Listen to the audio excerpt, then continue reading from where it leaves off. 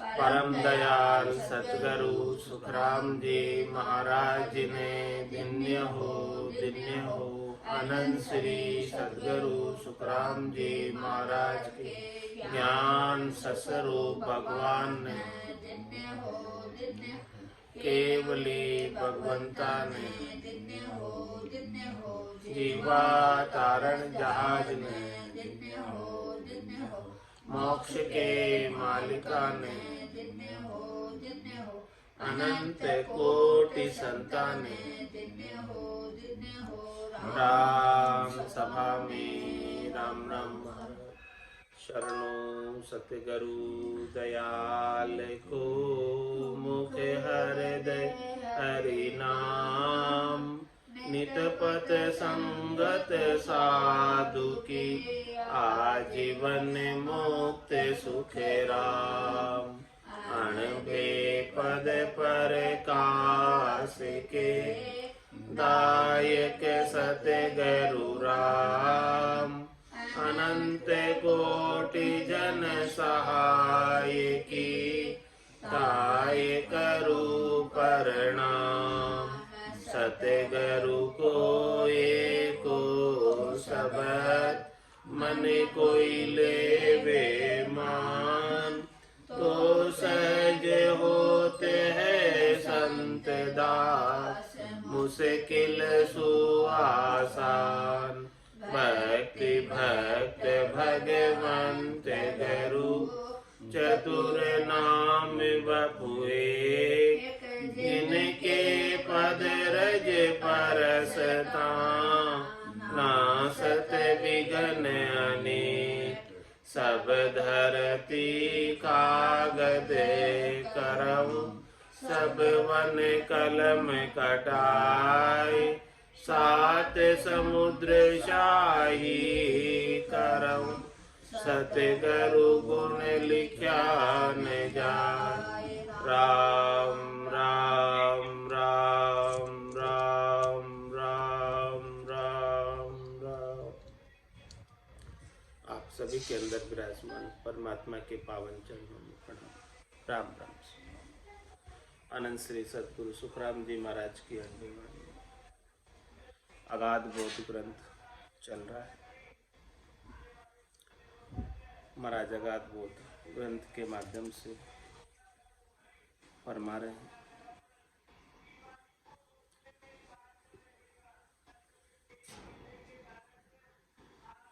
सत्य की महर भई तिन ऊपर सोई सुन जलने जावे रानी खास छोकरी बीचे कारण कोई न कहावे वो सत्य स्वरूप महर जाकर है से हंसा वहाँ जावे आनंद लोक में जाए पहुँचे पाछो कोई न आवे कह सुखी राम सुनो ज्ञानी ध्यानी पंडित सारा राजयोग बिन कोय न पहुँचे आनंद लोक विचारा महर बिनायु नाही पहुँचे सत्य लोक कुंजाई एक पद में ओ गुण आदु धिंगन तारे आए। महाराज फरमा रहे कि सत की महर भई तीनों पर सोई सुन जल ले। सती के जब होती है तब उसके सत प्रकटता है सतवाड़ से आकर, तभी वो जाकर जल सकती है, तभी उसे अग्नि ठंडी लगती है, नहीं तो जल नहीं सकती। चाहे भले वो रानी हो राजा की, चाहे भले वो छोकरी हो, चाहे वो कोई खास ही क्यों न हो, इसके बीच का कोई कारण नहीं है। चाहे वो दासी हो, चाहे रानी हो, चाहे छोकरी, जिसके ऊपर सत की महर हो जाती है वही जल सकती है, और जिसके ऊपर सत की महर नहीं होती है वो नहीं जल सकती। तो इसी प्रकार से महाराज ने सती का दृष्टांत देकर सत्स्वरूप की अगाधता का बोध करा रहे हैं। वो सत्यस्वरूप महर जाकर है, सत्स्वरूप की महर निजनाम सतनाम कुदरत कला नेंचर की महर जिस हंसे के ऊपर हो जाती है, से हंसा वहां जावे। वही हंसवती आत्मा चौथे लोक में, संतों के देश में, रामजनों के देश में, अगम देश में, केवल्य पद आनंद पद में जा सकते हैं। ऐसे सत्स्वरूप की महर के बिना वहां जाना संभव नहीं। और वहां जो भी सत की महर को प्राप्त करके, सत्स्वरूप की महर को प्राप्त करके आनंद लोक में जाए पहुंचे, पाछो को ये न आवे। जो एक बार चला जाता है फिर वो हमेशा हमेशा के लिए आनंद पद में ही रहता है। वापस लौटकर इस त्रिलोकी के अंदर गर्भवास में नहीं आता, 84 लाख जीवाजूड़ में नहीं आता, कर्मों का भुगतान प्राप्त करने के लिए नहीं आता, वापस शरीर धरकर नहीं आता, तन धरकर नहीं आता। ऐसा महाराज फरमाने कि सत्स्वरूप की महर का गुण है, पराक्रम है, पहुंच है। इसीलिए सबको सुनाकर कह रहे हैं, कहे सुखी राम सुनो। किन किन को सुना रहे? ज्ञानी ध्यानी पंडित सारा, जितने भी ज्ञानी हैं, 52 अक्षरों के, मति ज्ञान, श्रुति ज्ञान, मन प्रत्यय ज्ञान, अवध ज्ञान को मानने वाले और सूरत के आधार से ध्यान लगाने वाले, श्वासों को खींचकर ध्यान लगाने वाले, अष्टांग योग, सांख्य योग के ध्यानी और वेद पुराण शास्त्रों के पंडित, कर्म कांडों के पंडित, सभी से कह रहे हैं, सभी इस बात को समझो। जब तक ये बात समझ में नहीं आएगी तब तक परम मोक्ष की प्राप्ति से वंचित रह जाओगे। इसीलिए हमारा जोर देकर कह रहे हैं कि राजयोग बिन कोई न पहुँचे, आनंद लोक विचार। जो आनंद लोक का विचार है वो केवल राजयोग से प्राप्त होता है। यदि आपको आनंद लोक में जाने का विचार है, सोच रहे हो कि हमें आनंद लोक में जाना है, परम मोक्ष में जाना है, तो उस विचार को पूरा करने के लिए आपको राजयोग की आवश्यकता होगी। बिना राजयोग की भक्ति के आनंद लोक में नहीं पहुंच सकते। राजयोग के बिना इस संसार में भक्ति के नाम पर अनेक प्रकार की करनी है, अनेक प्रकार की क्रियाएं हैं। उन सब करनी और क्रिया को करने से फल पावे, पदवी मिले, गर्भ न छूटे, उनसे जन्मना मरना नहीं छूटता। और जो राजयोग की भक्ति है ये जन्म मरण से रहित करती है। महर बिनायु नाही पहुँचे, सत्यलोक खूंजाई। एक पद में ओ गुण आदु, धींगन तारे आई। क्या फरमाया? सतलोक में जाना है तो सतलोक में बिना सत्स्वरूप की महर के नहीं जा सकते, बिना सतगुरु की महर के नहीं जा सकते, बिना कुदरत कला के नहीं जा सकते, बिना सतनाम के नहीं जा सकते। और क्या फरमा रहे हैं कि एक पद में अवगुण आदु, अनादिकाल से एक पद में ये विशेषता है, ये खास बात है। क्या खास बात है? कि धींगन तारे आए। ये सस्वरूप की महर मोटों पर नहीं होती। धींग का मतलब जो बड़े बने, छोटों पर जल्दी महर हो जाती है, गरीब पर जल्दी महर हो जाती है, भोले पर जल्दी महर हो जाती है, विद्वान पर, पंडित पर, ज़्यादा समझदार पर महर होने में बहुत समय लगता है। क्यों लगता है?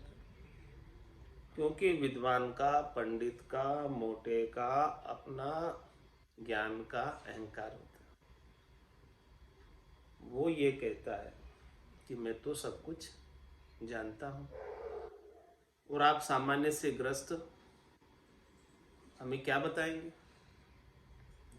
इस प्रकार से ज्ञान के अहंकार से भरे हुए जो बड़े बने हुए, जो पहले से ही भरे हुए, उनके ऊपर ससुरूप की मेहर नहीं होती जब तक कि वो निजमन लेकर नहीं आ जाए। अपने ज्ञान के अहंकार को त्याग कर निजमन लेकर नहीं आ जावे, तब तक ससुरूप की मेहर उसके ऊपर नहीं। ये महाराज फरमाने इस पद में ऐसा एक विशेष बात है, खास बात है। इसे आप गुण समझिए चाहे अवगुण समझिए, लेकिन ये बात विशेष है इस पद में कि मोटों को ये पद नहीं मिलता, वंचित रह जाते हैं। बड़े बड़े जितने भी हैं वो इस पद को प्राप्त करने से वंचित रह जाते हैं। क्यों वंचित रह जाते हैं उसका भी महाराज कारण खोलकर विस्तार से समझा रहे हैं। गरीब निवाज विडद है वाको, धींग निवाज नहीं होई, यूं ए बड़ा पुरुष नहीं पावे, सत स्वरूप कहूँ तोई।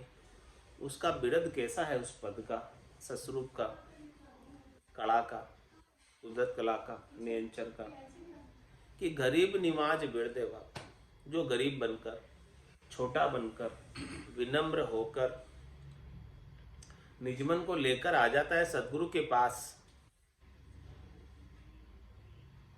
उसके ऊपर तो सदगुरु का निजमन रीत जाता है और कृपा हो जाती है और निजनाम जागृत हो जाता है। और जो मोटाई बना रहता है अपने ज्ञान के अहंकार के कारण से, सदगुरु के पास आ ही नहीं पाता, सदगुरु का सानिध्य प्राप्त ही नहीं कर पाता है। तो ऐसे जो मोटे बने रह जाते हैं अपने ज्ञान के अहंकार के कारण, उनके ऊपर इस सस्वरूप की मेहर नहीं होती। ऐसा इसका बिरद है। गरीब निवाज बिरदे वाको, तींग निवाज न हुई। और यूं ये बड़ा पुरुष नहीं पा, कारण बता रहे हैं कि इस कारण से जो बड़े बड़े पुरुष हैं वो इस सस्वरूप के पद को प्राप्त नहीं कर पाते और बार बार त्रिलोकी में जाते आते रहते। अब बड़े पुरुषों की भी महाराज आगे परिभाषा दे रहे हैं, कौन कौन बड़े, बड़े कौन कहा कहलाते हैं इस संसार में। ब्रह्मा विष्णु महेश्वर शक्ति, केवल ब्रह्म कहावे, वे तो धींग धींग सुई धींगा, क्यों कर वो पद पावे। वो तो सबसे बड़े, इस सृष्टि के अंदर सबसे बड़े कौन है? ब्रह्मा, विष्णु, महादेव, शक्ति। उनको केवल ब्रह्म कहते हैं, कहते हैं कि वो ब्रह्म के ही रूप है, लेकिन महाराज फरमा रहे हैं कि वो बहुत बड़े बने हुए कहलाते हैं, केवल ब्रह्म है। सब लोग उन्हें केवल ब्रह्म मानते हैं, लेकिन वो इतने बड़े बन गए, उनके पास इतने त्रिलोकी के चलाने के उपक्रम उनके हाथ में हैं, उनके पास इतना कार्यकलाप है, परमात्मा ने उनको सौंपा हुआ है। वो अपने कार्यकलापों में बहुत व्यस्त है। तो महाराज में वो तो बहुत बड़े, सबसे बड़े। वे तो धींग धींग सुई धींगा, क्यों कर वो पद पावे, क्यों मिलेगा उनको पद? ही रचना करने का उनको बहुत बड़ा ओहदा प्राप्त है, संहार करने का उनको ओहदा प्राप्त है, प्रतिपाल करने का ओहदा प्राप्त है। तो वो अपने कार्य में इतने व्यस्त रहते हैं कि उनको ये पद मिलने का समय ही नहीं मिलता। इन्हीं कार्यों के अंदर बहुत बिजी रहते हैं। इसलिए ब्रह्मा विष्णु महेश्वर शक्ति यूं सब करे उदासी, पर्वत पसारा छाड़ हुआ कब हम निर्वत देश का वासी। इसीलिए कहते हैं कि ब्रह्मा विष्णु महेश्वर शक्ति यूं सब करे उदासी, प्रवर्त पसारा छाड़ कब हुआ हम निवृत्त देश के वासी। कभी हम उस निवृत्त देश के वासी बनेंगे, ये बड़ी कब जिम्मेदारी ये हमारा ये प्रवर्त पसारा, ये बड़ी जिम्मेदारी जो परमात्मा ने हमें सौंपी हुई है, वो इस जिम्मेदारी से हम कब मुक्त होंगे और कब परम विश्राम को प्राप्त होंगे। इसलिए वो उदासी करते हैं, इसलिए वो पद को प्राप्त करने की इच्छा तो रखते हैं, लेकिन वो पद इस काम से मुक्त होवे तो मिले, समय मिले तो होवे। जैसे सत्संग में आने का अपने को समय मिले तो जाके ज्ञान समझ में आवे। सत्संग में आने का ही समय नहीं है, काम में इतने बिजी हैं, इतना छोटा सा काम इतना घर का छोटा सा काम है, उसके अंदर भी समय नहीं है अपने को। तो उनके पास तो 3 लोगों की पूरी व्यवस्था है, पूरी मैनेजमेंट उनको संभालनी है, तो कहाँ फुर्सत है वो, चाह कर भी समय नहीं निकाल पाते। और समय नहीं निकाल पाने के कारण महाराज हमारे वे तो धींग धींग सुई धींगा, वो तो बहुत बड़े मोटे मोटे काम उनके हाथ में। रचना का काम कोई आसान काम है, प्रतिपाल का काम कोई आसान काम है, सबकी व्यवस्था करना कोई आसान काम है। हाँ हाँ, सबका कोई आसान तो काम नहीं है। तो महाराज में वो तो बहुत बड़े हैं, तो क्यों कर वो पद पावे। मान के बड़ों को नहीं मिलता, जो छोटे हैं उनको तो तुरंत मिल जाता। कंडीशन ये है 3 लोग से भया उदासी, 3 लोग सु भया उदासी, जे जन अमर लोक का वासी। जो 3 लोग से उदासीन हो गए उन्हें तो अमरलोक मिल जाएगा, और जो 3 लोगों के प्रवृत्ति पसारे के अंदर कार्यकलाप करने में लगे हुए हैं तो उन्हें ये पद नहीं मिलेगा। यही कंडीशन है। छोटे बालक को सहज में ही प्यार मिल जाता है, क्योंकि उसको किसी से कुछ लेना देना नहीं, कुछ बड़े उलझे हो गए तो कोई उनको आगे ऐसे मतलब सिर्फ बच्चे को गोद में ले लेते हैं फटाक से। वही बात महाराज आगे बता रहे, जो आप कह रहे वही बात महाराज आगे बता रहे। जहाँ को सुनो दृष्टि दिखाऊं, जो कोई विद्या चावे, बाल थका महर सरस्वती की, पढ़े पाठ कंठ आवे। वही बात महाराज कह रहे कि जो बालक होता है, बालक पर सरस्वती की महर तुरंत हो जाती है, क्योंकि उसके कोई काम ही नहीं है, उसके कोई धंधा ही नहीं है, जिम्मेदारी नहीं है, एकदम फ्री है, पढ़ने का ही काम है। अब उसको कोई जिम्मेदार दे दो बालक को, आप धंधे लगा दो, फिर आप कहो कि तू पढ़, फिर वो पढ़ पाएगा क्या? नहीं। ये दृष्टांत देकर बता रहे हैं, जाको सुनो दृष्टि दिखाऊं। दृष्टि दिखाऊं मतलब दृष्टांत दिखा रहा हूँ। महाराज कह रहे हैं क्या दिखा रहे कि जे कोई विद्या चाहे, कोई विद्या प्राप्त करना चाहता है तो विद्या तो बालकों को ही मिलती है, मोटों को नहीं मिलती है। पाके हांडे पर गार नहीं लगती है, वो दृष्टांत देकर समझा रहे। तो जब तक बालक है, बाल थका महर सरस्वती की, पढ़े पाठ कंठावे। जैसे ही पाठ पढ़ते हैं उनको याद हो जाता है बाल को, और अपन पढ़ते हैं अभी अपने को याद ही नहीं होता। बालक पढ़े छोटा तो उसे तुरंत याद हो जाता पाठ, क्योंकि उसका दिमाग चित्त एकदम स्थिर है, उनकी इंद्रियां अभी चेतन नहीं हुई है, शब्द रूप रस गंध स्पर्श में नहीं गई, और एकाग्रचित होकर वो पढ़ाई कर लेते हैं और उनके ऊपर सरस्वती की महर तुरंत हो जाती है। इसी प्रकार से महाराज फरमा रहे हैं कि वो पूर्णतया समर्पित होते हैं बालक पढ़ाई के लिए, तो उनके ऊपर सरस्वती की महर तुरंत हो जाती है। इसी प्रकार से सत्स्वरूप की महर भी जो छोटे बनते हैं उनके ऊपर तुरंत हो जाती है, और जो मोटे बनते हैं उनके ऊपर महर नहीं होती सत्स्वरूप। जो बन जोर छते जो होवे, धन राज मद माही, तो नहीं महर सरस्वती कर है, वेदन सीख्या जाए। दृष्टांत देकर समझ, कोई जवान हो जाए, उसको जवानी का जोर चढ़ जाए,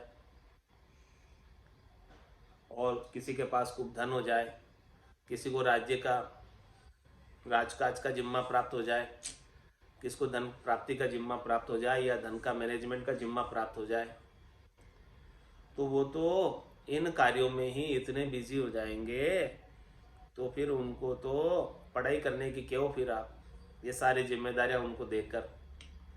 तो नहीं महर सरस्वती करे, उनके ऊपर सरस्वती की महर नहीं होती, वो पढ़ाई नहीं कर पाते। सरस्वती की महर का क्या तात्पर्य कि वो पढ़ नहीं पाते। आप पढ़ाई करने की क्यों, मोटे होने के बाद नहीं पढ़ पाते। वेद ने सीखा जाए उनको, जो है जो बालक अवस्था के अंदर पढ़ाई करके कुछ भी बात सिखाना चाहो, वेदों का ज्ञान भी सिखाना चाहो तो बाल्य अवस्था में सीख जाएंगे, लेकिन मोटों को सिखाना चाहो तो मोटों को नहीं सीख पाएंगे, बहुत समय लग जाएगा, सीख ही नहीं पाएंगे।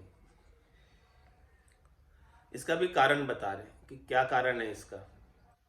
बालक बहुत गुरासों धूजे, इंद्रिया जोर ने काई, जब वा महर सरस्वती कर है, यूं सतगुरु विद जोई। बालक क्या करता है, गुरु से डरता है। भय बिनु प्रीत न होई, भय होवे तो प्रीत होवे। अब यदि बालक गुरु के ऊपर हावी हो जाए तो क्या गुरु उसे ज्ञान सिखा सकता है? नहीं। बालक एकदम डरा हुआ रहता है गुरु से, तब जाके उसका ज्ञान उसके पल्ले पड़ेगा, उसके बिना नहीं पड़ेगा। तो बालक बहुत गुरासों धूजे, इंद्रिया जोर ने काय। दो कारण बता रहे। एक तो बालक को गुरु का डर है कि मैं ज्ञान नहीं सीखूंगा तो अभी मुझे डंडे पड़ेंगे, तो वो डर से सब ज्ञान तुरंत पाठ याद कर लेगा। मैं पाठ याद करके नहीं सुनाऊंगा तो डंडे पड़ेंगे। तो बालक बहुत गुरासों धूजे, और इंद्रिया जोर नकाई। दूसरा कारण है कि उनकी इंद्रियां अभी चेतन नहीं हुई, तो उनका जो सारी एनर्जी है, सारी शक्ति है, वो विद्या की तरफ, पढ़ाई की तरफ। एनर्जी दूसरी तरफ, शक्ति दूसरी तरफ हास नहीं हुई है, डाइवर्ट नहीं हुई है, तो वो अपनी शक्ति का एक जगह विद्या प्राप्ति में उपयोग कर पाते हैं, तो वो तुरंत ही सीख जाते हैं।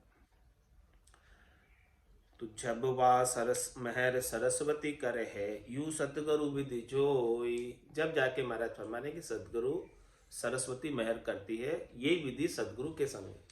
जिस प्रकार से बालक गुरु से डरता है, दूसता है, तो उसे विद्या तुरंत पल्ले पड़ जाती है। इसी प्रकार से सदगुरु से, सदगुरु के ज्ञान से सुनने वाला साधक उस ज्ञान से डरे और दूजे, तब जाके उसके ज्ञान तुरंत पल्ले पड़े। आपको सदगुरु से बड़ा मानेगा तो, और अपने आप को सदगुरु से बड़ा मानेगा कि मैं जानता हूँ सदगुरु क्या बताएंगे, तो वो ज्ञान उसके पल्ले पड़ेगा ही। तो बड़े जो होते हैं वो अपने आप को बड़ा मानते हैं, सदगुरु से क्यों दूजेंगे बड़े? बड़े तो कहते हैं कि ये सामान्य ग्रस्त सदगुरु है, तो हमें क्या सिखाएंगे, हम तो वेदों का, पुराणों का, शास्त्रों का, व्याकरण का ज्ञाता है हम, ये क्या बताएंगे हमें? इस प्रकार का वो सदगुरु को महत्व नहीं देते, सदगुरु से दूसते नहीं है, डरते नहीं। जब तक सदगुरु से दूजेंगे नहीं, डरेंगे नहीं, तब तक ये सदगुरु की सत्ता जागृत नहीं होगी। दूजने का मतलब, डरने का मतलब उनका अनुसरण करना, उनकी बात को मानना, उनकी बात को सिरोधारी करना, स्वीकार करना, बिना कोई संशय किए, बिना कोई अविश्वास किए। तो बालक बहुत गुरासों धूजे, इंद्रिया जोर न कोई, झबबा महर सरस्वती कर है, यूं सतगुरु विद जोई। ऐसे सदगुरु और शिष्य का, जैसे गुरु का बालक के ऊपर जोर रहता है, वैसे ही सदगुरु का शिष्य के ऊपर जोर रहे, और शिष्य सदगुरु की सारी बात को अक्षर से माने, पालन करे, तो निश्चित रूप से सदगुरु को एको शब्द मन को ही लेवे मान, तो सहज होते संतदास मुश्किल श्वास। सदगुरु का एक शब्द भी मान ले तुम्हारा फरमाने कि उसकी सारी मुश्किलें आसान हो जाए। मानेगा कब? जब वो उनसे डरेगा, धुजेगा, तब जाके मानेगा। बिना डरे धुजे तो कैसे मानेगा? मोटा बना रहेगा, सदगुरु से ज़्यादा मैं बोले ज्ञानी हूँ, तो ज्ञानी बना रहेगा, तो ज्ञानी को तो कुछ चीज़ पल्ले पड़ने वाली नहीं है, उसके ऊपर कृपा होने वाली नहीं है। जैसे सरस्वती की मेहर नहीं होती है, जो बालक गुरु से नहीं दूसता है, गुरु के भी ऊपर रहता है कोई, तो वो पास नहीं होता अच्छे नंबरों से, और जो गुरु से दूसता है, डरता है, तो वो ज्ञान धारण करके अच्छे नंबरों से पास हो जाता है। और किसब चावे सो कर ले, धन जो बन हुए राजा, एक वेद व्याकरण नहीं सूझे, वो केवल नहीं काजा। ये बात समझा रहे महाराज कि कोई जो है किसब कुछ भी कर ले, कुछ भी किसब जो है कर सकता है कोई भी, लेकिन पढ़ाई नहीं होगी अब मोटा होने के बाद। और भले उसको धंधा कुछ भी लगा लो, धंधा कर लेगा, कैसा भी धंधे में उसे लगा लो। और किसब चावे सो कर ले, जो उसकी इच्छा है जो धंधा कर सकता है, धंधे में कोई तकलीफ नहीं है। धन जो बन हुए राजा, जवान होने के बाद धन भी उसके पास हो जाएगा। राजकाज में लगाओगे तो राजकाज कर लेगा, धंधे में लगाओगे धंधा कर लेगा। लेकिन अब बड़ा होने के बाद, जवान होने के बाद, अब आप उसे कहो कि एक वेद व्याकरण नहीं सूझे, वो केवल नहीं काजा। अब मोटा बनने के बाद उसे वेद व्याकरण नहीं पढ़ाई हो सकती है, पढ़ाई नहीं हो सकती। धंधा लगा दो लग जाएगा, धन कमाने में लगा दो लग जाएगा, राजकाज में लगा दो, राजनीति में लगा दो लग जाएगा, वो काम उससे हो जाएगा। लेकिन अब क्यों कि तू पढ़ाई कर बेटा, बोले पढ़ाई तो अब नहीं होती। इसी प्रकार से महाराज के वो केवल नहीं काजा। इसी प्रकार से ये केवल की भक्ति का काज भी मोटे के ऊपर नहीं होता, जो छोटे होते हैं उन पे हो जाता है। पढ़ाई नहीं हुई तो मैं धंधे में लग गया, पढ़ाई हुई नहीं। हाँ, फिर नहीं होती, होती नहीं फिर पढ़ाई।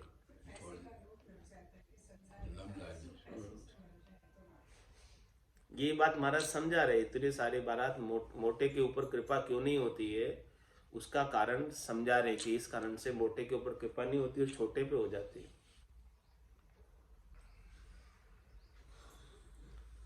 जो कोई जोर सकल ही त्यागे, तो देह का गुण नहीं जावे, बालक जवान गुण विधि होवे, यूं केवल गुण कहावे।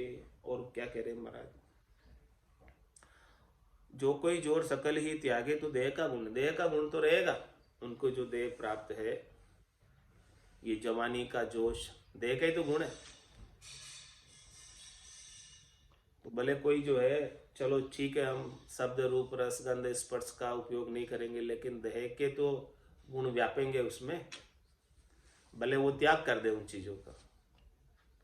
लेकिन जो देह की जो अवस्था है, उस अवस्था का गुण तो व्यापेगा मोटा होने का।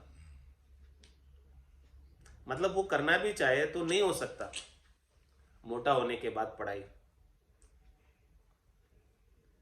इसलिए पढ़ाई का जो काल है वो 25 वर्ष तक निश्चित किया गया कि जो भी पढ़ाई करनी है ब्रह्मचर्य आश्रम में 25 वर्ष तक कर लो। उसके बाद 25 से 50 में गृहस्थ आश्रम, और फिर 50 से 75 में वानप्रस्थ, और 75 से 100 में संन्यास। ये पूरी एकदम आश्रम व्यवस्था वैज्ञानिक तरीके से बनाई हुई। इस आश्रम व्यवस्था का पालन करना चाहिए। तो ये बालकों के लिए पढ़ाई करना आसान है, छोटे छोटों के लिए। तो ये भक्ति भी, जैसे देखो प्रहलाद जी के गर्भ के अंदर, हाँ, गर्भ के अंदर कितना जल्दी आ गई थी माता कयादू के। जब गर्भ में थे तो नारद जी के द्वारा ऐसी भक्ति उनके गर्भ में आ गई। तो जितने बालकों को जितना जल्दी बात, भक्ति की बात सिखाएंगे, उतना जल्दी वो सीख पाएंगे, और मोटों को सिखाएंगे तो टाइम लग जाएगा। तो जो कोई जोर सकल ही त्यागे, कारण बता रहे इसका कि तो देह का गुण नहीं जावे, देह का गुण तो रहेगा, देह का गुण कहाँ जाएगा। बालक जवान कोण विद होवे, यूं केवल गुण कहावे।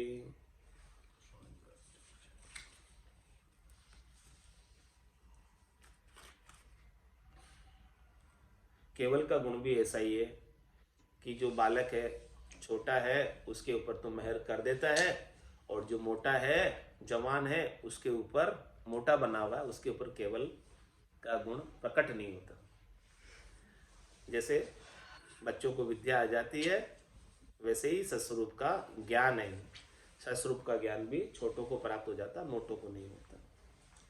सुन जो अरज हमारी प्रभु जी, सुन जो अरज हमारी, जेतन खून गुना सब बगसु, राखो शरण तुम्हारी।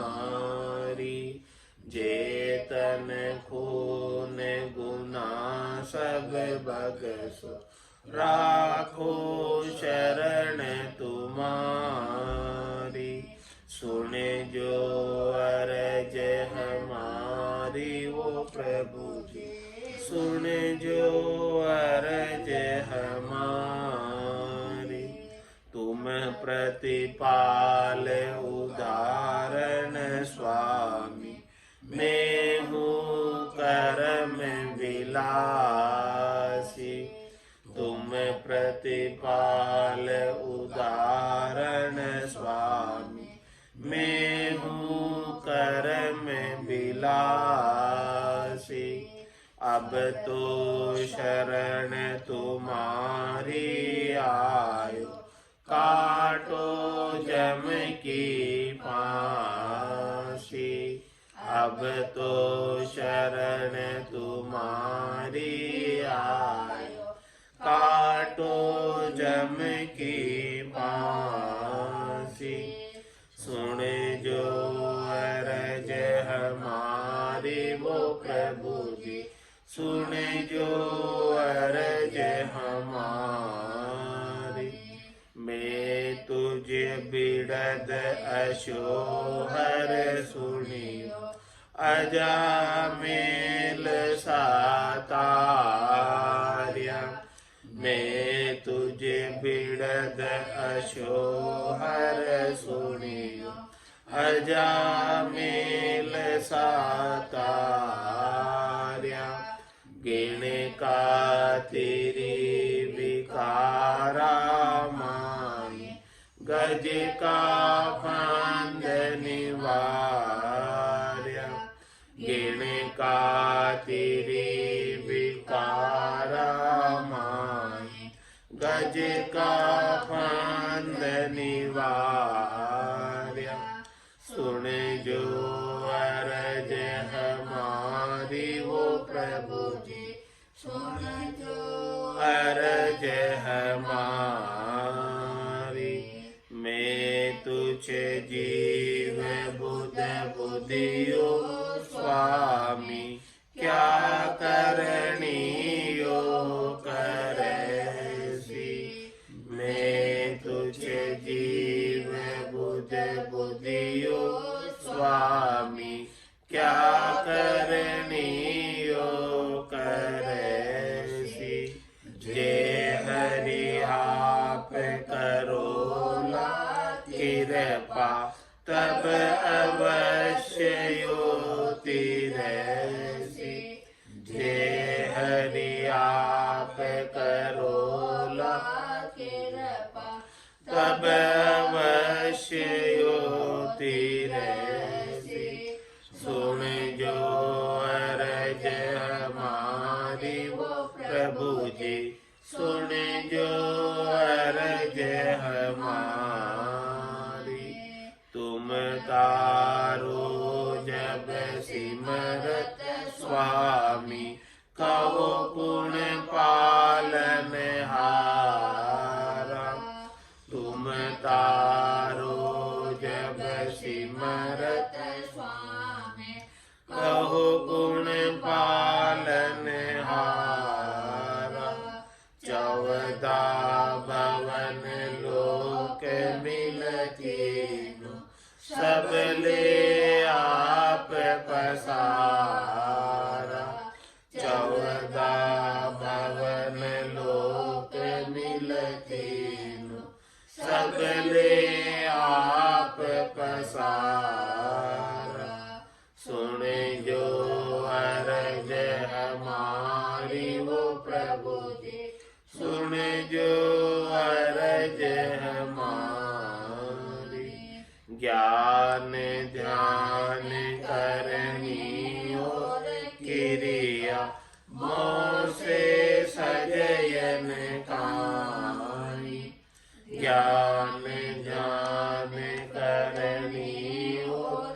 गिरिया मोसे सजयन काई कै सुखे राम मिलिया धर माही किया कर्म नहीं जाए कै सुखे राम मिलिया धर माही किया कर्म नहीं जाए सुन जो अरज हमारी वो प्रभु जी सुन जो अरज हमारी जेतन खून गुना सब भगसो राखो शरण तुम्हारी जेतन खून गुना सब